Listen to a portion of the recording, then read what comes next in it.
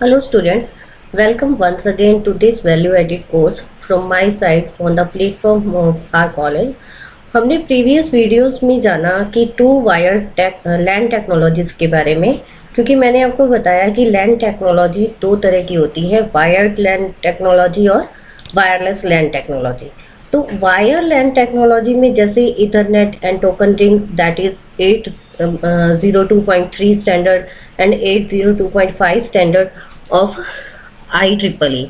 अब हम जानेंगे वायरलेस लैन टेक्नोलॉजी के बारे में दैट इज़ 802.11 एंड ब्लूटूथ। पहले हम डिस्कस करते हैं वायरलेस लैन टेक्नोलॉजी के बारे में। 802.11 मीन्स वाईफाई के बारे में। देखिए, wireless communication fastest growing technologies में से एक है, क्योंकि बिना वायर्स केबल्स के कनेक्टिंग डिवाइसेस की डिमांड हर जगह बढ़ती रहती है और इसीलिए इसको वायरलेस टेक्नोलॉजी कहा गया है। वायरलेस लैन कॉलेजेस में, कैंपस में, ऑफिस बिल्डिंग्स में और मैनी पब्लिक एरियाज में पाई जाती हैं। इन दिस वीडियो हम टू वायरलेस लैन्स की बात करेंगे, जो IEEE 802.11 wireless LAN, sometimes called wireless Ethernet, and Bluetooth, a technology for small wireless LANs. हालांकि दोनों प्रोटोकॉल को कई लेयर्स की नीड होती है, कई लेयर्स की ज़रूरत होती है टू ऑपरेट करने के लिए, but we concentrate mostly on the physical and data link layer. Actually IEEE ने वायरलेस लैन के स्पेसिफिकेशन को डिफाइन किया है, जिसे हम IEEE 802.11 भी कहते हैं। तो क्या है 802.11? ये IEEE का स्टैंडर्ड है जो कि लैन और मैन से रिलेटेड है।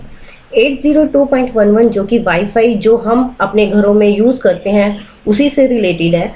वायरलेस मीन्स केबल का यूज़ किए बिना डिवाइसेस को कनेक्ट करना वायरलेस कहलाता है। वायरलेस लैन दो तरह के होते हैं, कौन कौन से? 802.11 वायरलेस लैन्स और दूसरा ब्लूटूथ, जो कि IEEE स्टैंडर्ड ने उसको नेम दिया है 802.15 लैन्स।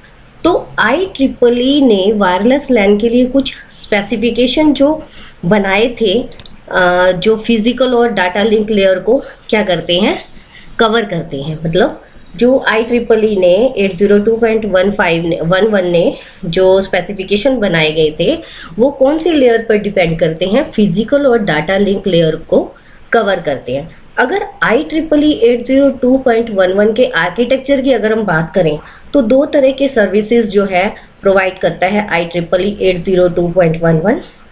कौन कौन से? BSS यानी बेसिक सर्विस सेट और दूसरा ESS यानी कि एक्सटेंडेड सर्विस सेट।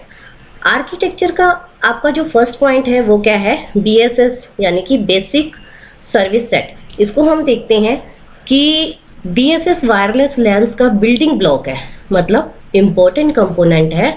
ये BSS के अंदर मीन्स नॉट मूविंग और मूविंग वायरलेस स्टेशन होते हैं, मीन्स कि ये स्थिर और गतिशील वायरलेस स्टेशन होते हैं, और एक ऑप्शनल जो है सेंट्रल बेस स्टेशन से बना होता है जिसे हम BSS कहते हैं या बेसिक सर्विस सेट कहते हैं। और जो सेंट्रल बेस, मतलब जो सेंट्रल बेस स्टेशन होता है उसे AP यानी कि एक्सेस पॉइंट कहते हैं। यहाँ पे आप डायग्राम में देख सकते हैं कि एक तरफ तो AP नहीं है और दूसरी तरफ क्या है? AP है, यानी कि हम AP मीन्स एक्सेस पॉइंट जो है वो क्या होता है?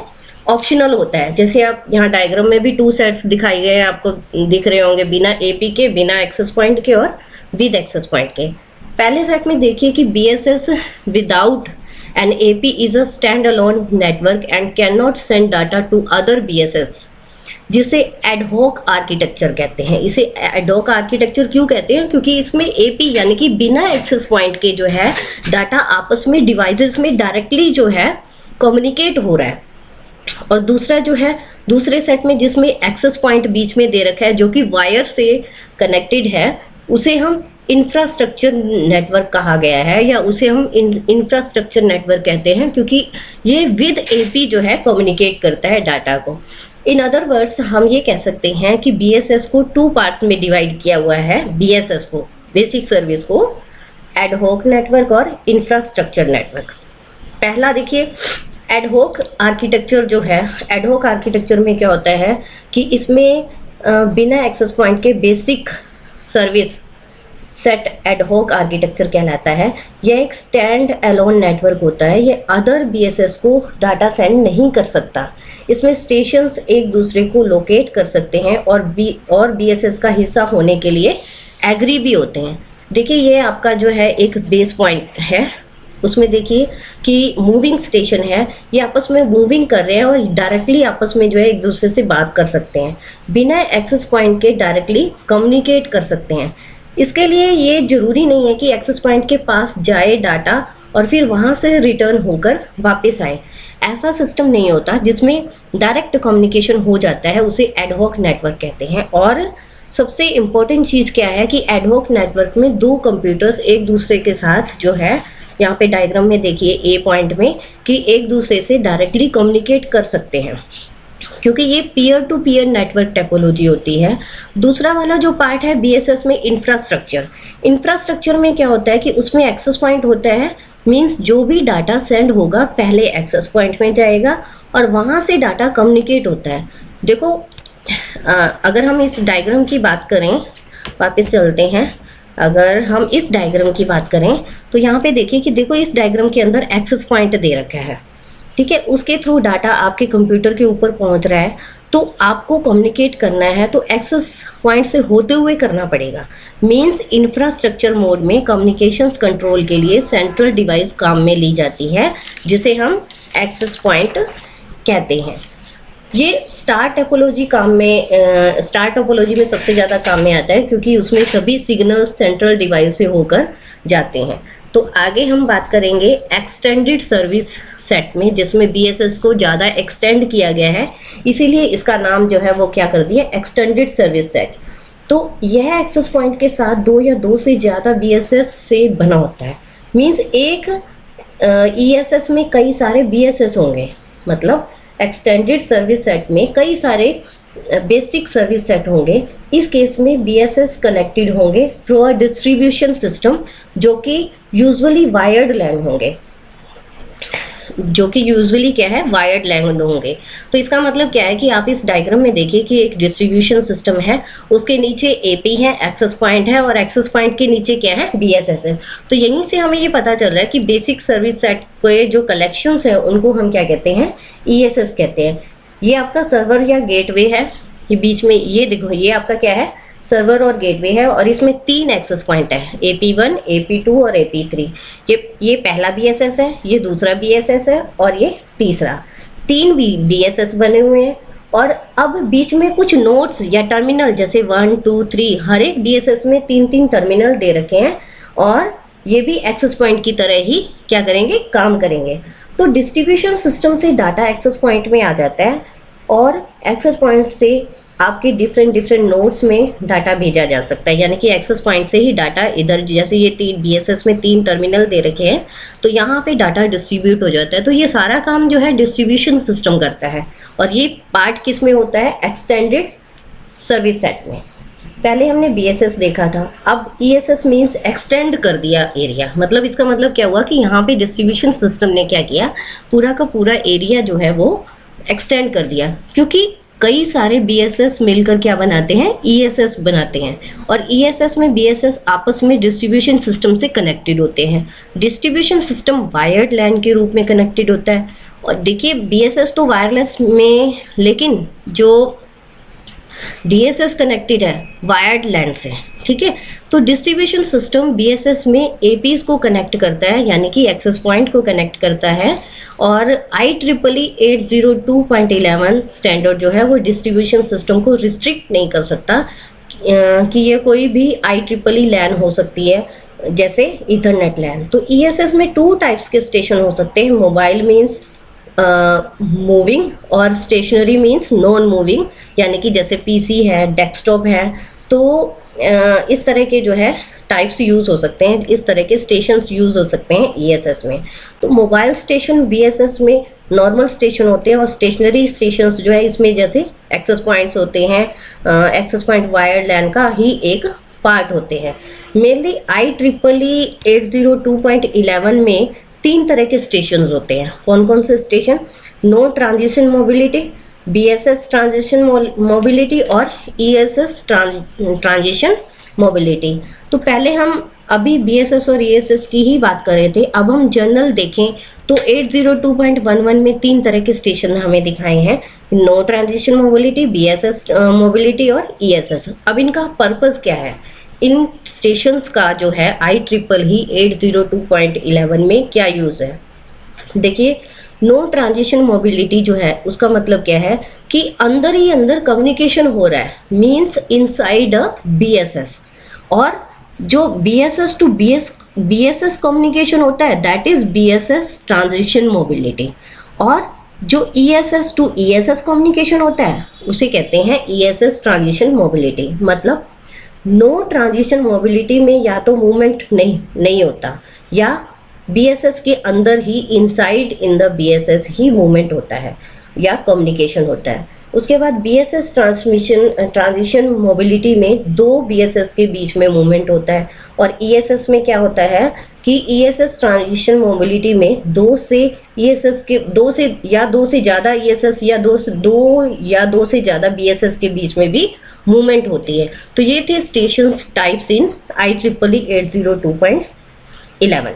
अब आगे देखते हैं आर्किटेक्चर ऑफ IEEE 802.11।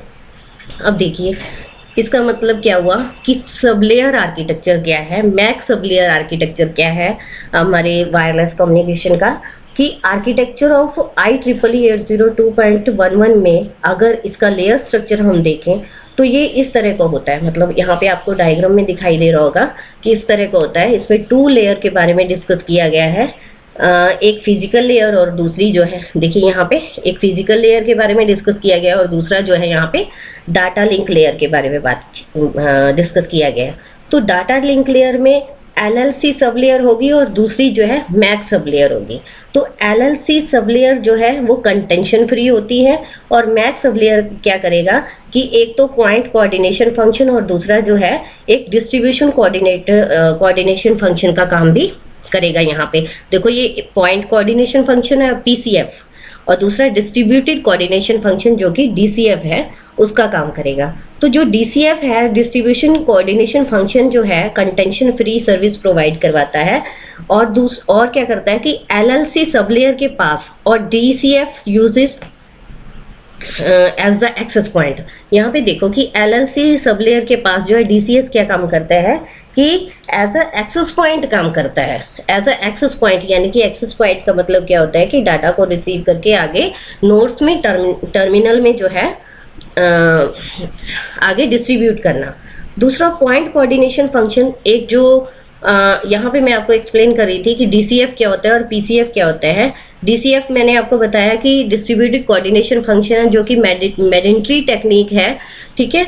और इसमें क्या होता है कि it is a medium access control sub layer technique used in areas where carrier sense multiple access with collision avoidance is use. मतलब इसमें क्या होता है कि डिस्ट्रीब्यूटेड कोऑर्डिनेशन फंक्शन का यूज ये होता है कि कॉलिजन जो है वो कम करने की कोशिश करता है। दूसरा है पॉइंट कोऑर्डिनेशन फंक्शन। तो पॉइंट जो कोऑर्डिनेशन फंक्शन होता है एक ऑप्शनल एक्सेस मेथड है जो इंफ्रास्ट्रक्चर नेटवर्क में इम्प्लीमेंटेड होता है और नॉट इन एडॉक नेटवर्क। अभी मैंने आपको एक्सप्लेन किया कि एडॉक नेटवर्क में एक्सेस पॉइंट नहीं होता, और जो इंफ्रास्ट्रक्चर नेटवर्क है उसमें क्या होता है एक्सेस पॉइंट होता है। तो ये DCF के टॉप पर इम्प्लीमेंट होता है और मोस्टली यूज होता है टाइम सेंसिटिव ट्रांजिशन के लिए, ट्रांसमिशन के लिए। PCF के पास centralised content free polling access method होता है और एक्सेस पॉइंट स्टेशन के लिए पोलिंग परफॉर्म करते हैं that are capable of being polled. दूसरा, the stations are polled one after another sending any data they have to be access point. तो ये थे हमारे DCF और PCF। आगे हम फ्रेम स्ट्रक्चर की बात करते हैं, फ्रेम फॉर्मेट की बात करते हैं हमारे वायरलेस नेटवर्क की। अगर हम फ्रेम फॉर्मेट की बात करें तो मैक लेयर फ्रेम में 9 फील्ड होती हैं, 9 फील्ड्स होती हैं, that is FC, D, address 1, address 2, address 3, SC, address 4, data frame body या CRC, या इसको हम FCS भी बोलते हैं, फ्रेम जो है चेकसम भी बोलते हैं। पहले देखें कि फ्रेम कंट्रोल यानी कि FC क्या है। पहला देखिए FC मीन्स फ्रेम कंट्रोल जो कि 2 बाइट्स लॉन्ग है और फ्रेम के टाइप को डिफाइन करता है और इसके साथ साथ कुछ कंट्रोल इंफॉर्मेशन को भी डिफाइन कर रहा है। दूसरा देखिए डी, जहाँ पे आईडी लिखा हुआ है, यह फील्ड क्या डिफाइन करता है कि duration of the transmission of और आईडी ऑफ द फ्रेम को, मतलब ये क्या करता है कि आईडी ऑफ द फ्रेम को भी डिफाइन करता है और ड्यूरेशन ऑफ द ट्रांसमिशन को भी डिफाइन कर रहा है। अब देखिए कि आगे दे रखे हैं एड्रेस 1 2 3, ठीक है। तो ये एड्रेसेस क्या होते हैं, जैसे 1 2 3 या 4 है, so there are 4 address fields each 6 bytes long, और हर एक एड्रेस फील्ड डिपेंड करता है उसके सब फील्ड की वैल्यू पर, वो उसके सब फील्ड की वैल्यू पर भी डिपेंड करता है। एससी मीन्स, एससी का मतलब क्या होता है, sequence control. This field defines the sequence number of the frame to be used in flow control, मतलब क्या करता है कि फ्लो को कंट्रोल करने के लिए जो सीक्वेंस नंबर होते हैं फील्ड को, उसको डिफाइन करता है। फ्रेम बॉडी क्या करता है, फ्रेम बॉडी कह दो या डाटा कह दो, this field which can be between 0 and 2312, यानी कि ये देखिए कि यहाँ पे जो डाटा क्या कर रहा है 0 and 2312 बाइट्स, 2312 बाइट्स के contain information based on the type and the sub type defined in the frame control field, मतलब जो इसकी टाइप्स और सब टाइप्स होती हैं फ्रेम कंट्रोल की, उन सबको डिफाइन करता है। ये इसको हम डाटा भी कहते हैं और फ्रेम बॉडी भी कहते हैं। और लास्ट जो है सीआरसी, जिसको हम चेक रिडंडेंसी कोड भी कहते हैं, या फिर हम इसको एफसीएस भी कह देते हैं, फ्रेम चेक सम, जो कि 4 बाइट्स लॉन्ग है और and contains a CRC 32 error detection sequence. मतलब क्या काम करता है ये, एरर डिटेक्शन का। सीआरसी पहले भी आपको पता है साइक्लिक रिडंडेंसी कोड होता है जो कि एरर चेकिंग का काम करता है। तो ये आपका एक फ्रेम स्ट्रक्चर था। नीचे आपको प्रोटोकॉल वर्जन दे रखे हैं, टाइप दे रखे हैं, सब टाइप दे रखे हैं इसी फ्रेम फॉर्मेट के, जो कि आपका वायरलेस नेटवर्क का या वायरलेस जो है लैन कम्युनिकेशन, जो कि 802.11 थी।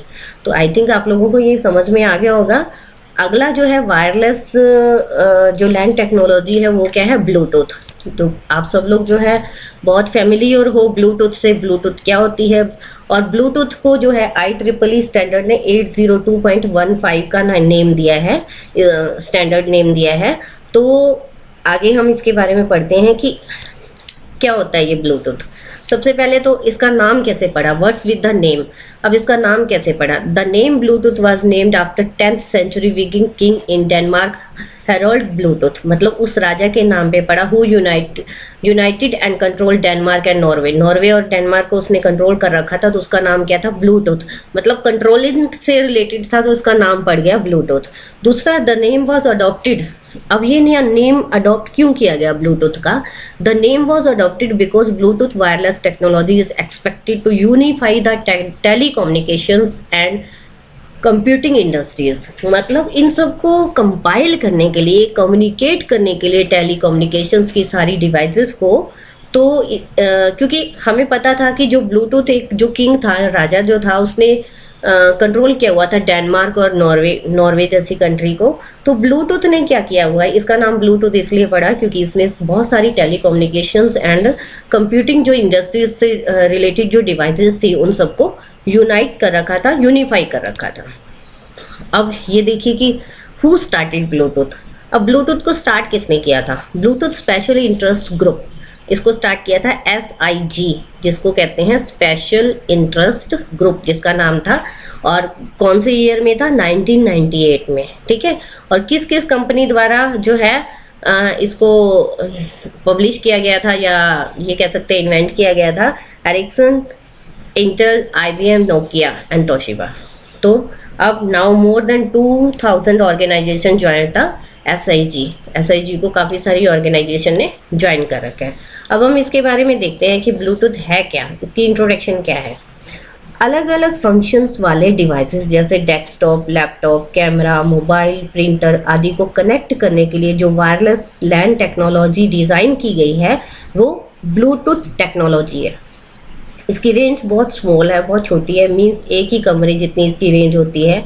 और ब्लूटूथ लैन टेक्नोलॉजी एक एडहॉक नेटवर्क है, मींस यह नेटवर्क उसी समय बनता है जब उसकी ज़रूरत होती है, मींस कि एडहॉक नेटवर्क है, इसमें बिना किसी जो है एपी पॉइंट के, एक्सेस पॉइंट के काम करता है ये। और इसकी डिवाइसेस को हम गैजेट्स भी कहते हैं, ब्लूटूथ की जो डिवाइसेस है उसको हम गैजेट भी कहते हैं।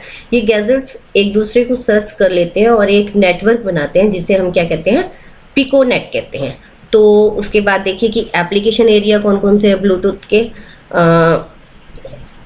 एप्लीकेशन एरिया ब्लूटूथ के कौन कौन से हैं, मीन्स कि कहाँ कहाँ इसको जो है यूज़ किया गया है। तो पहले जो है वायरलेस माउस जो है काम में आते थे ब्लूटूथ के, उसके बाद वायरलेस कीबोर्ड है, मोबाइल या ब्लूटूथ वाले गैजेट से डाटा शेयर करना, या फिर छोटे हेल्थ केयर सेंटर में सेंसर डिवाइसेस से मॉनिटरिंग डिवाइसेस में कम्युनिकेशन करना, या सिक्योरिटी डिवाइसेस को मेन कंट्रोलर से कनेक्ट करना, या फिर conference attendance can synchronise their laptop computers at a conference hall में, कॉन्फ्रेंसेस में, वीडियो कॉन्फ्रेंसेस में सबसे ज़्यादा ब्लूटूथ का यूज़ किया जाता है। ये थे इसके एप्लीकेशंस एरिया।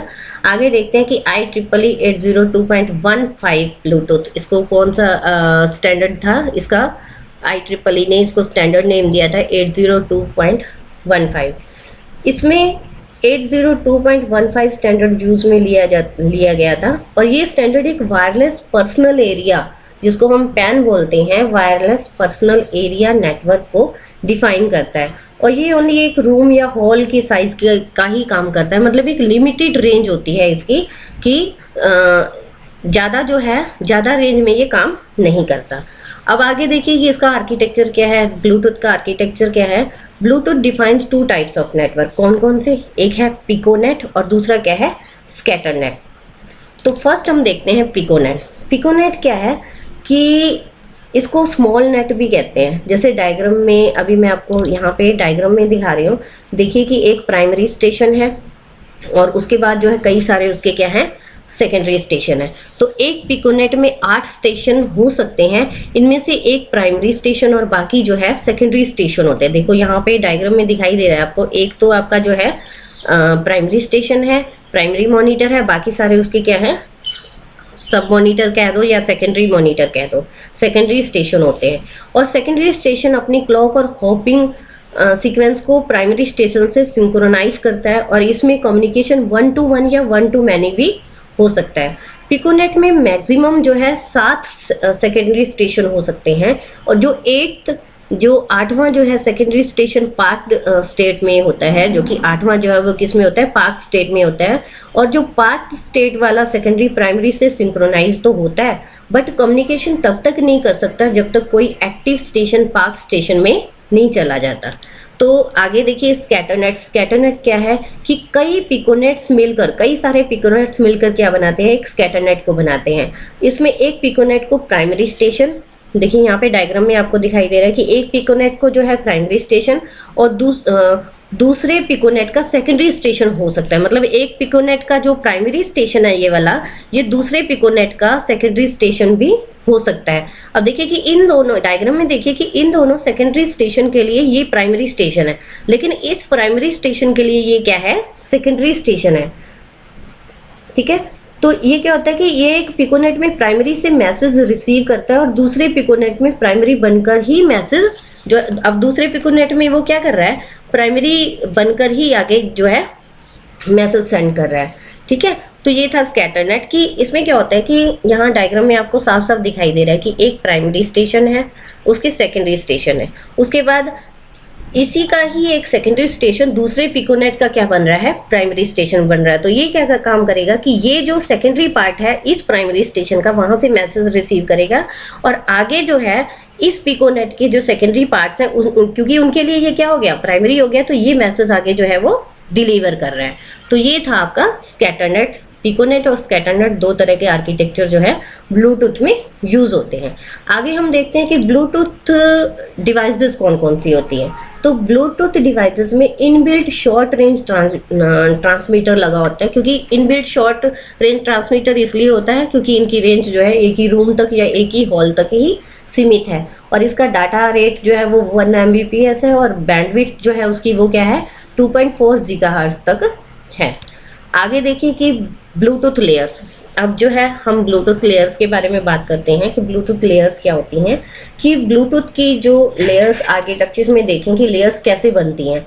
इसमें एक साइड में अगर हम यहाँ पे ये लिख देते कि इनकी जो है कुछ OSI लेयर लिखी होती हैं, जिससे ये पता चले कि ब्लूटूथ का आर्किटेक्चर कौन सी लेयर के अंडर आता है।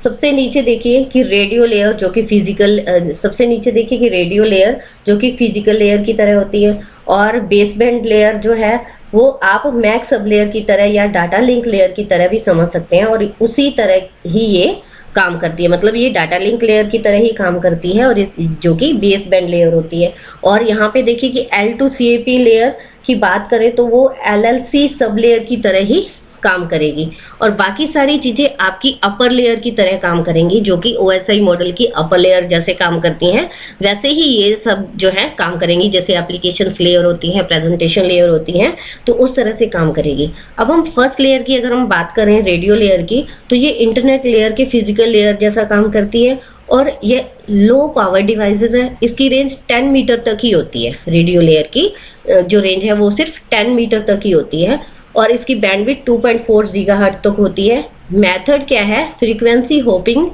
Spread spectrum. वो क्या काम करता है कि to avoid interferences from other devices और अदर नेटवर्क्स। मतलब कहीं अदर डिवाइसेस से कोई भी किसी तरह की कोलिजन हो रही है या कोई इंटरफेरेंसेस हो रहे हैं, उन सबको जो है वो कंट्रोल करती है या अवॉइड करती है। उसके बाद देखिए सेकंड वाली देखिए कि base band layer. Base band layer क्या काम करती है कि ये लैन के मैक सब लेयर जैसी होती है। इसमें एक एक्सेस मेथड होता है जो कि TDMA पर डिपेंड करता है, यानी कि टाइम डिवीजन डुप्लेक्स मल्टीप्लेक्सर के बराबर काम करता है। नेक्स्ट लेयर आपकी जो है वो है L2CAP layer.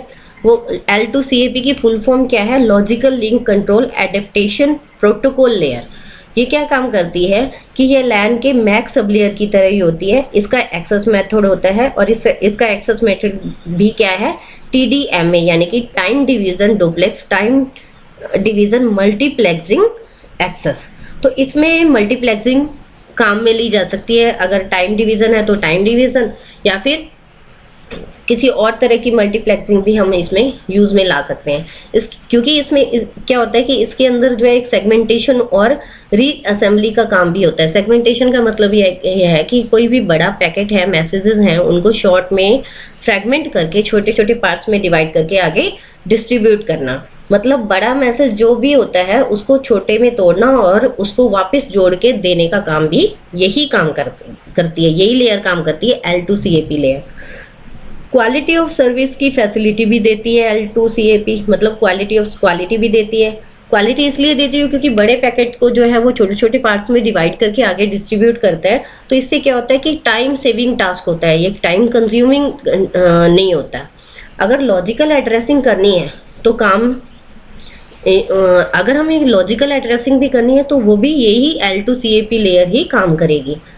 Other upper layers में L2CAP की सर्विसेज का यूज़ करते हैं, जिसमें आपकी एप्लीकेशन लेयर भी आ जाती है, और जो कि मतलब जितने भी ये ऊपर वाली लेयर्स हैं वो अपर OSI की अपर लेयर्स की तरह काम करती है, और नीचे वाली जो है वो लोअर लेयर का ही काम करती है।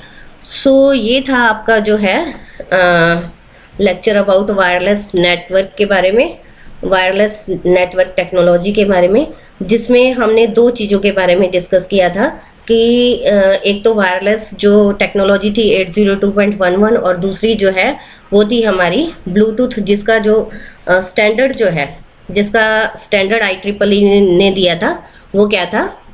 802.15। आई होप कि आप लोगों को ये अच्छे से समझ में आ गया होगा। Thanks and have a nice day.